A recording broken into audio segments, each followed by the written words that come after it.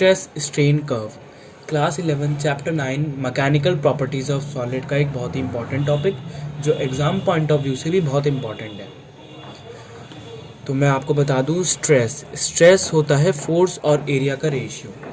यानी जब हम किसी बॉडी पर फोर्स अप्लाई करते हैं तो जो फोर्स अप्लाई हो रहा है और जितनी एरिया पर हो रहा है उनका रेशियो स्ट्रेस कहलाता है। और स्ट्रेन, जब भी हम किसी बॉडी पर डिफॉर्मेशन फोर्स या फोर्स लगाते हैं तो उसमें जो चेंज इन साइज़ होता है, उसका जो साइज़ बदलता है, उसका रेशियो उसके ओरिजिनल साइज़ के साथ। इसे समझने के लिए हमारे पास कुछ एग्जांपल्स भी हैं। जैसे ये एक रबर बैंड है जिसके हमने 2 पॉइंट मार्क किए हैं, ए और बी। जब हम इसे स्ट्रेच करते हैं तो ए और बी ये स्ट्रेच होकर ए डैश और बी डैश हमने पॉइंट मार्क किए हैं। तो हमने पूरे स्प्रिंग पर हमने फोर्स लगाया है तो इसका पूरा ये एरिया हो गया ए और जितना हमने फोर्स लगाया है वो हो गया एफ। तो जब हम एफ अपॉन ए रखेंगे तो हमारा स्ट्रेस कैलकुलेट हो जाएगा। दूसरा है स्ट्रिंग। हम स्ट्रिंग को स्ट्रेच कर रहे हैं तो आप देखिए इसमें स्ट्रिंग एक्स्ट्रा भी है और हमने कुछ ही पॉइंट पर लगाया है। तो ये ए, ये बी, तो एरिया होगी सिर्फ इतनी जितनी एरिया पर हमने इसे स्ट्रेच किया है। ये जो एक्स्ट्रा स्ट्रिंग हमारे पास बच गई है इसको हम बिल्कुल भी फॉर्मूला में यूज़ नहीं करेंगे और इसका ओरिजिनल साइज़ है ये पूरा। तो हम लिख सकते हैं A dash B dash upon A B. तो ये हो गया स्ट्रेन। तो स्ट्रेस स्ट्रेन कर्व हमें हेल्प करता है समझने में कि किसी भी ऑब्जेक्ट पर जब हम अलग अलग तरीके से फोर्स लगाते हैं या जितना भी फोर्स लगाते हैं तो उस पर वो कितना डिफॉर्म होता है। तो हम इसे एक एग्जांपल के थ्रू भी समझेंगे बाद में। सबसे पहले ओ हो गया हमारा ओरिजिन, ये एक्स एक्सिस और ये वाई एक्सिस। यहाँ पर है स्ट्रेन, यहाँ से इंक्रीज होगा और यहाँ से स्ट्रेस ऊपर की तरफ इंक्रीज होगा। तो ये हमने एक एग्जाम्पल के तौर पे, कोई भी मटेरियल अभी लिया नहीं है, बस ये एक एग्जाम्पल है। आप देख सकते हैं ओ ए एक स्ट्रेट लाइन है। तो ओ ए जो रीजन है इसमें स्ट्रेस डायरेक्टली प्रोपोर्शनल होगा स्ट्रेन के। यानी यहाँ पे जितना स्ट्रेस होगा उतना ही स्ट्रेन होगा। अगर हम स्ट्रेस इंक्रीज करेंगे तो स्ट्रेन भी इंक्रीज होगा और अगर हम स्ट्रेस डिक्रीज करेंगे तो स्ट्रेन भी उतना ही डिक्रीज होगा। इस एरिया में, ओ से लेकर ए तक की एरिया में हुक्स लॉ एप्लीकेबल होता है। इसके आगे हुक लॉ एप्लीकेबल नहीं होगा। यहाँ तक बॉडीज़ इलास्टिक बिहेवियर शो करती हैं। इलास्टिक बिहेवियर यानी अगर हम इस रीजन में फोर्स हटा दें, डिफॉर्मिंग फोर्स हटा दें, तो बॉडी वापस अपनी ओरिजिनल पोजीशन में आ जाएगी। इसे हम इलास्टिसिटी बोलते हैं। तो ओ ए तक बॉडी शो करती है elastic behaviour. Next A B.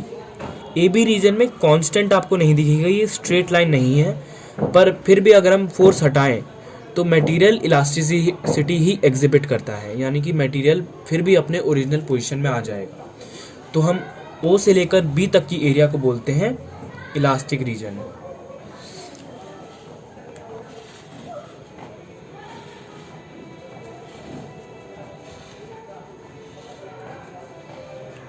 ओ से लेकर बी तक इलास्टिक रीजन।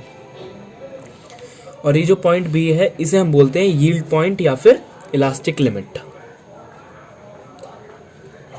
ये हो गया हमारा यील्ड पॉइंट या इलास्टिक लिमिट और इसके करस्पॉन्डिंग जो स्ट्रेस है उसे हम बोलते हैं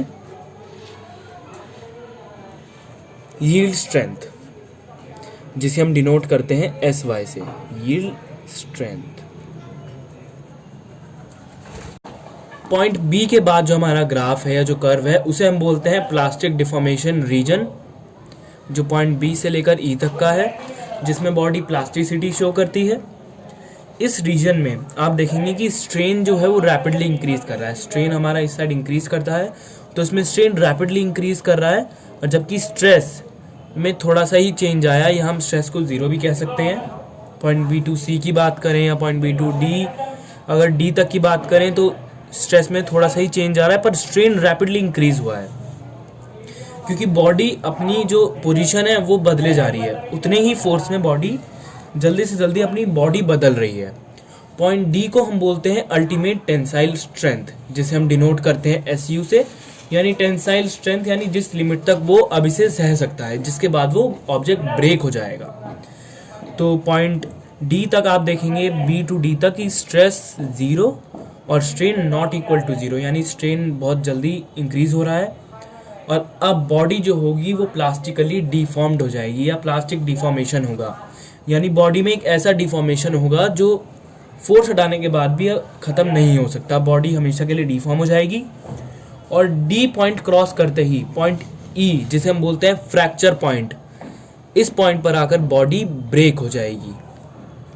मैं इसे यहाँ पे डिनोट लिख देता हूँ, फ्रैक्चर पॉइंट, टेंसाइल स्ट्रेंथ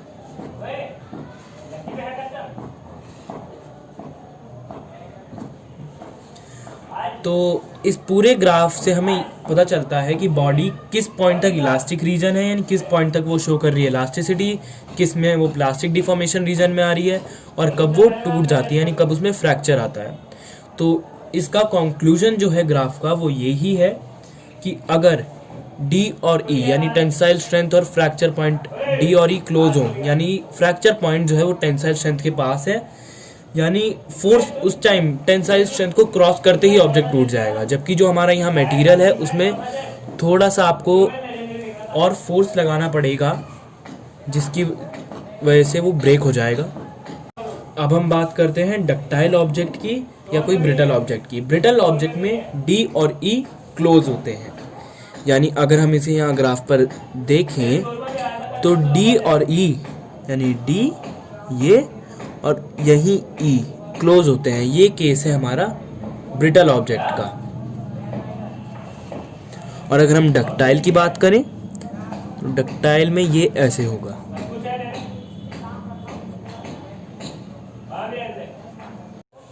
अब एक बहुत इंपॉर्टेंट एग्जांपल जिसके थ्रू आप स्ट्रेस स्ट्रेन कर्व को बहुत जल्दी समझ लेंगे अगर आपको समझ में अभी भी नहीं आया। स्टील, ग्लास और प्लास्टिक। स्टील एक डक्टाइल ऑब्जेक्ट है क्योंकि वो मेटल है, ग्लास एक बहुत ब्रिटल ऑब्जेक्ट है और प्लास्टिक थोड़ा इलास्टिक और थोड़ा ब्रिटल भी हम कह सकते हैं। तो ये स्ट्रेस स्ट्रेन कर्व, यहाँ पे स्ट्रेस हमारा, यहाँ स्ट्रेन। सबसे पहले हम लेंगे स्टील का एग्जांपल। तो आप देखेंगे स्टील में बहुत ही एक बड़ा रीजन है जहाँ पर हुक्स लॉ अप्लाई कर सकते हैं। जैसे हमने पिछले उसमें पढ़ा कि स्ट्रेट लाइन का मतलब है कॉन्स्टेंटनेस या फिर जहाँ पर आप हुक्स लॉ अप्लाई कर सकें।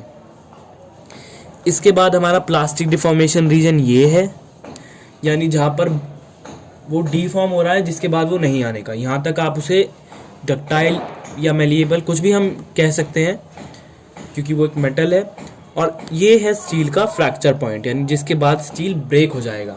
तो आप देखेंगे कि बी अगर हम यहाँ डिनोट करें, यहाँ हम डिनोट करें सी, यहाँ अल्टीमेट टेंसाइल स्ट्रेंथ डी और यहाँ ई। तो डी और ई पिछले ग्राफ के अकॉर्डिंग थोड़े ज़्यादा दूर हैं, तो यानी ये ऑब्जेक्ट है डक्टाइल, जैसा हमने पिछले ग्राफ के कंक्लूजन में पढ़ा, जबकि स्टील डक्टाइल है। और एक बहुत ही ज़्यादा इजी एग्जांपल मैं आपको शो कर सकता हूँ एक ग्राफ के थ्रू। ये ग्राफ, इसके थ्रू भी आप बहुत जल्दी समझ जाएंगे। ये हमारी वीडियो का आखिरी एग्जांपल है। इसमें 3 तरीके के ग्राफ आप देख सकते हैं जिसके थ्रू आप पता लगा सकते हैं कि कोई भी ऑब्जेक्ट क्या है। स्ट्रेस यहाँ से इंक्रीज होगा, यहाँ से स्ट्रेन। ये ऐसा ग्राफ होता है प्लास्टिक ऑब्जेक्ट्स का।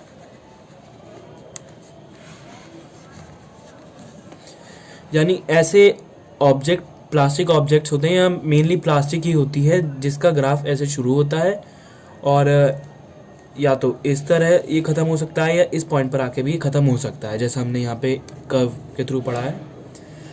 नेक्स्ट ऐसा ऑब्जेक्ट होता है डक्टाइल मटेरियल का। ये हमें सीधा सीधा शो करता है कि कोई पक्का डक्टाइल मटेरियल है।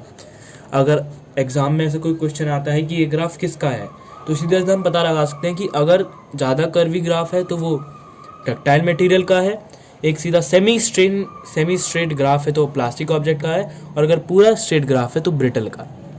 इसी के एग्जाम्पल अभी हमने पीछे पढ़ लिए, ग्लास, डक्टाइल ऑब्जेक्ट या स्टील, और ये प्लास्टिक। तो यही था हमारा स्ट्रेस और स्ट्रेन कर्व में, हमें यही टॉपिक्स पढ़ने हैं, यही थे एग्जाम्पल। इसके आगे के टॉपिक्स होंगे नेक्स्ट वीडियो में।